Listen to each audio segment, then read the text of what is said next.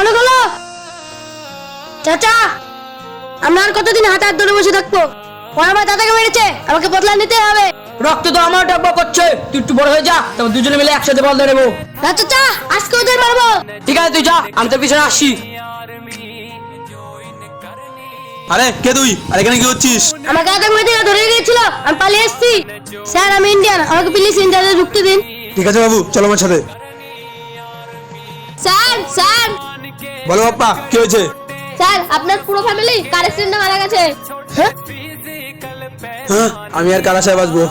বর্ডারে তো এখন যুদ্ধ চলছে, আমি বাড়ি যেতে পারবো না। একটা ফৌজের জীবনে তো কত কষ্ট, সেটা একটা ফৌজই বোঝে।